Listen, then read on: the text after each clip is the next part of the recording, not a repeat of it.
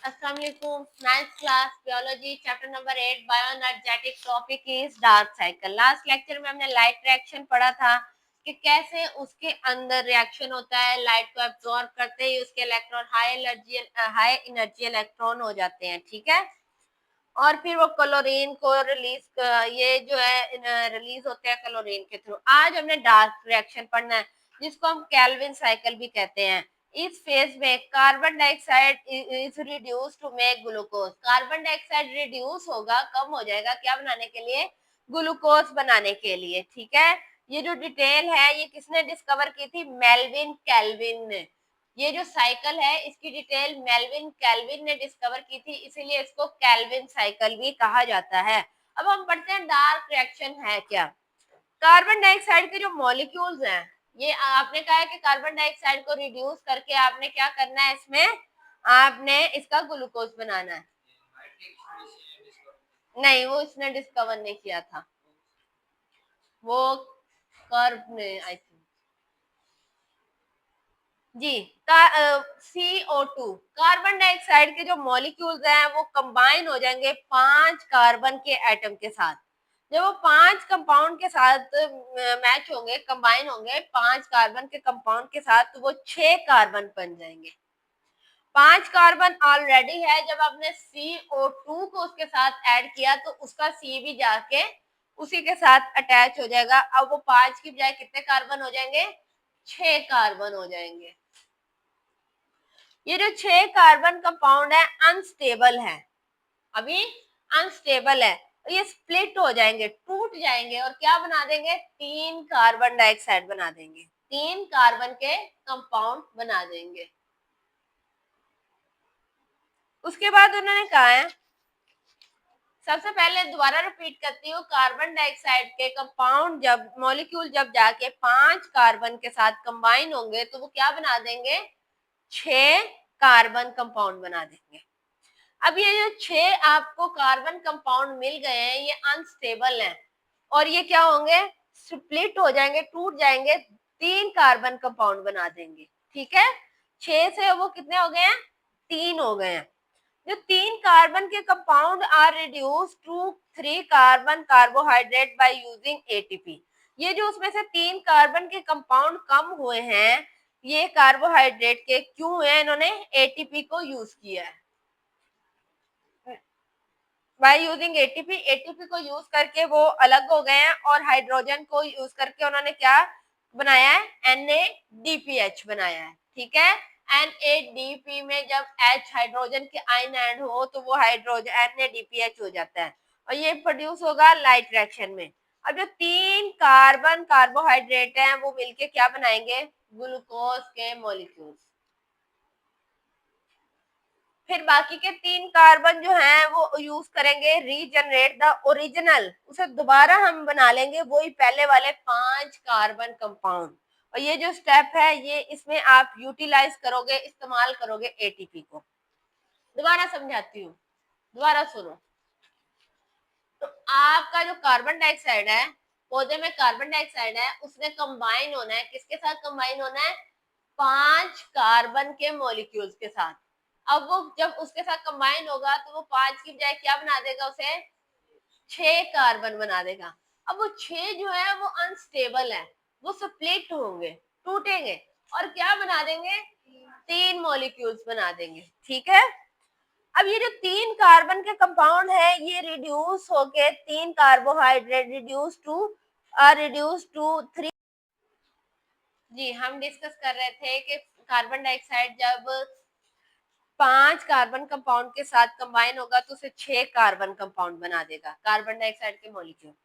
अब वो जो 6 कार्बन कंपाउंड बन गए हैं वो अनस्टेबल है, ठीक है।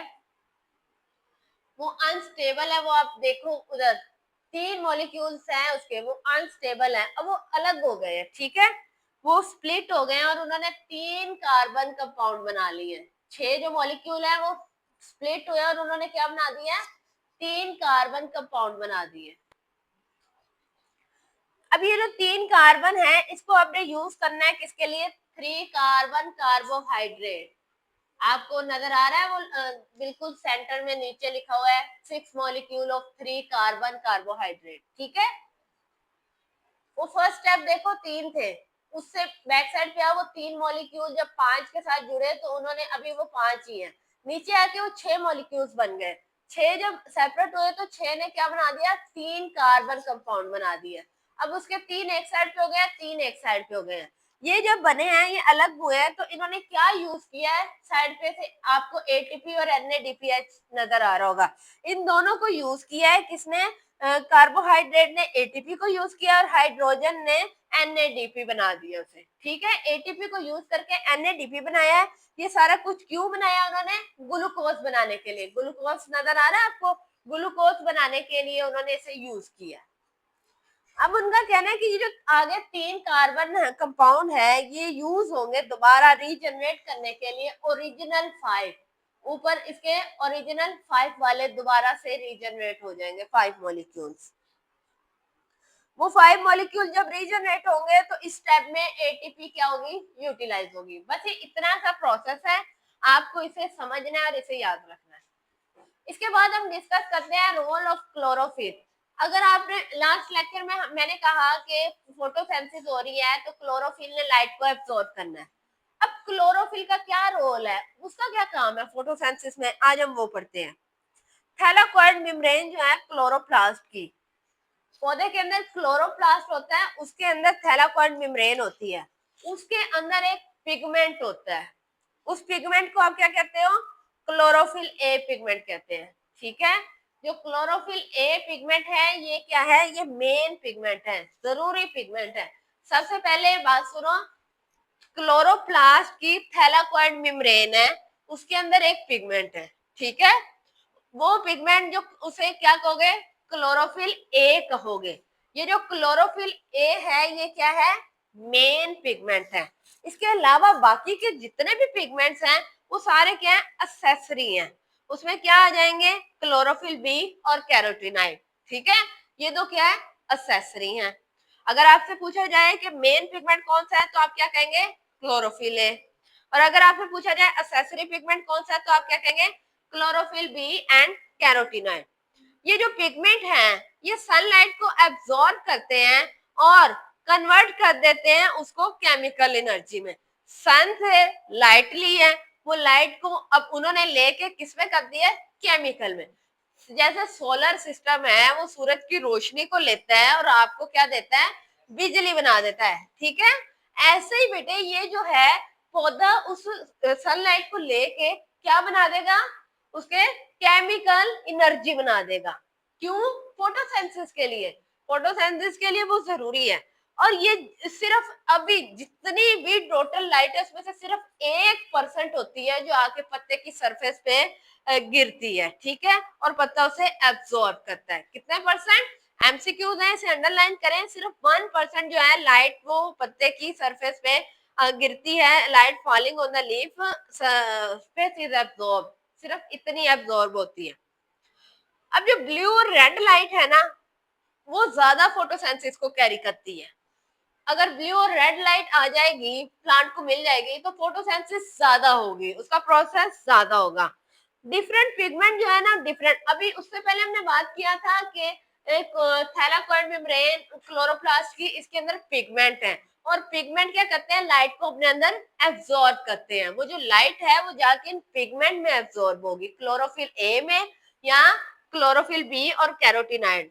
उसमें जो लाइट एब्सॉर्ब होगी वो कौन से रंग की होगी, ब्लू और रेड। ब्लू और रेड लाइट जो है वो एब्सॉर्ब हो जाएगी, क्लोरोफिल ए उसे एब्सॉर्ब कर लेगा। और जो वेवलेंथ, अच्छा उससे पहले उन्होंने कहा है कि ये जो डिफरेंट पिगमेंट है ना इनकी डिफरेंट वेवलेंथ होती है लाइट की। वेवलेंथ वो जो एक वेव बना रही है जिसके जरिए वो आ रही है, वो लाइट ट्रेवल कर रही है, वेव में ट्रेवल करती है ना लाइट हमेशा, तो हर लाइट की, हर कलर की अलग वेवलेंथ होगी। तो डिफरेंट पिगमेंट जो है वो डिफरेंट वेवलेंथ को एब्सॉर्ब करेंगे। क्लोरोफिल ए जो है वो और वेवलेंथ एब्सॉर्ब करता होगा, 7 करता होगा, जैसे कि क्लोरोफिल बी है वो 8 को एब्सॉर्ब करता होगा। तो उन्होंने कहा क्लोरोफिल ए जो है वो ब्लू और रेड वेवलेंथ को एब्सॉर्ब कर लेगा, जबकि जो वेवलेंथ जो एब्जॉर्ब नहीं करेगा, ये जिसे छोड़ देगा, उसे कौन कर लेगा एब्जॉर्ब? क्लोरोफिल बी कर लेगा. The wavelengths which are not absorbed by chlorophyll A are absorbed by accessory pigment. वो जो ये नहीं कर सकता, जो पिगमेंट क्लोरोफिल ए नहीं अपने अंदर एब्जॉर्ब कर सकता, वो असेसरी पिगमेंट कर लेंगे. असेसरी पिगमेंट्स कौन से थे?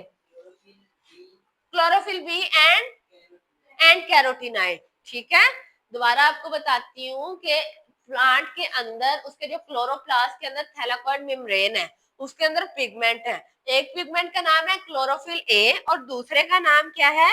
Accessory pigment. Chlorophyll A, sorry, पहले वाले का नाम क्या है? क्लोरोफिल ए, और दूसरे का नाम है क्लोरोफिल बी और कैरोटीनाइड. ये जो क्लोरोफिल ए है, इसको आप क्या कहोगे? मेन पिगमेंट, जरूरी. जबकि क्लोरोफिल बी और कैरोटीनाइड को आप क्या कहोगे? Accessory pigment. ठीक है, अब जो पिगमेंट सनलाइट एब्जॉर्ब करेगा, क्या करेगा? इसको एब्जॉर्ब करके चेंज कर देगा, कन्वर्ट कर देगा. किसमें? केमिकल एनर्जी में. और वो एनर्जी किसके लिए यूज होगी? फोटोसेंसिस के लिए. जितनी भी लाइट पत्ते की सरफेस पे गिर रही है, पत्ता उसमें से सिर्फ 1% एब्जॉर्ब कर रहा है. ठीक है, अब उन्होंने कहा है जो बाकी की बच जाएगी, पत्ता उसे रिफ्लेक्ट कर देगा, वापस मोड़ देगा. रिफ्लेक्ट, एक लाइट का गिरना और वापस मुड़ जाना. ठीक है, ट्रांसमिट हो जाएगा. ब्लू और रेड लाइट अगर इसे मिलेगी तो फोटोसेंसिस ज्यादा होगी. अब पिगमेंट की बात की थी, तो पिगमेंट जो है वो डिफरेंट वेवलेंथ एब्जॉर्ब करते हैं. पिगमेंट, मेन पिगमेंट क्या है आपका? मेन पिगमेंट कौन सा है? Chlorophyll A. क्लोरोफिल ए है, वो ब्लू और रेड लाइट को एब्जॉर्ब कर लेगा. लेकिन जो वेवलेंथ को ये ना एब्जॉर्ब कर सका, उसे बाकी के एसेसरी पिगमेंट कर लेंगे. एसेसरी कौन से हैं? क्लोरोफिल बी और कैरोटीनाइड. जब एक पिगमेंट जो है लाइट को एब्जॉर्ब करेगा तो रिएक्शन होगा. जैसे वो लाइट को एब्जॉर्ब करेगा, उसमें रिएक्शन होगा और उसके इलेक्ट्रॉन रिलीज हो जाएंगे. ओके, हमने बात की कि लाइट अब एब्जॉर्ब, पिगमेंट ने पहले हमने देखा कि किसको एब्जॉर्ब करेगा, किसको नहीं करेगा. अब उसने एब्जॉर्ब कर लिया है, पिगमेंट ने लाइट को एब्जॉर्ब किया है और क्या किया? उससे रिएक्शन किया है, उसके अंदर रिएक्शन हुए. जैसे लाइट आएगी फौरन रिएक्शन होगा, और रिएक्शन में क्या होगा? उसके जो इलेक्ट्रॉन है वो रिलीज हो जाएंगे. ठीक है, ये जो हाई एनर्जी इलेक्ट्रॉन जो हमने लास्ट टॉपिक में पढ़े थे, किसमें? लाइट साइकिल में. जो हाई एनर्जी इलेक्ट्रॉन है बच्चे, वो क्या होंगे? पास होंगे, गुजर जाएंगे. किसके जरिए? इलेक्ट्रॉन ट्रांसपोर्ट चेन के जरिए. ईटीसी, इलेक्ट्रॉन ट्रांसपोर्ट चेन के जरिए पास होंगे. और उसकी एनर्जी जो है वो किसमें यूज होगी? क्या बनाने के लिए? एटीपी बनाने के लिए, और रिड्यूस करने के लिए एनएडीपी को. किसमें? एनएडीपीएच में. ठीक है, दोबारा बता देती हूँ कि जैसे ही पिगमेंट लाइट को एब्जॉर्ब करेंगे, उसमें रिएक्शन होगा, उसके इलेक्ट्रॉन उसमें से रिलीज होंगे, जैसे कल भी आपने पढ़ा था. और ये जो इलेक्ट्रॉन हाई एनर्जी वाले हो गए हैं, अब लाइट एब्जॉर्ब करते हैं वो हाई एनर्जी हो गए. लास्ट टॉपिक में हमने डिस्कस किया था कि अब वो किस में से पास करेंगे? इलेक्ट्रॉन ट्रांसपोर्ट चेन में से. और अपनी एनर्जी को यूज करेंगे क्या बनाने के लिए? एटीपी. और एन रिड्यूस कर देंगे एनएडीपी को एनएडीपीएच में. आज का हमारा ये टॉपिक था. कल हम सेलुलर रेस्पिरेशन डिस्कस करेंगे. शुक्रिया.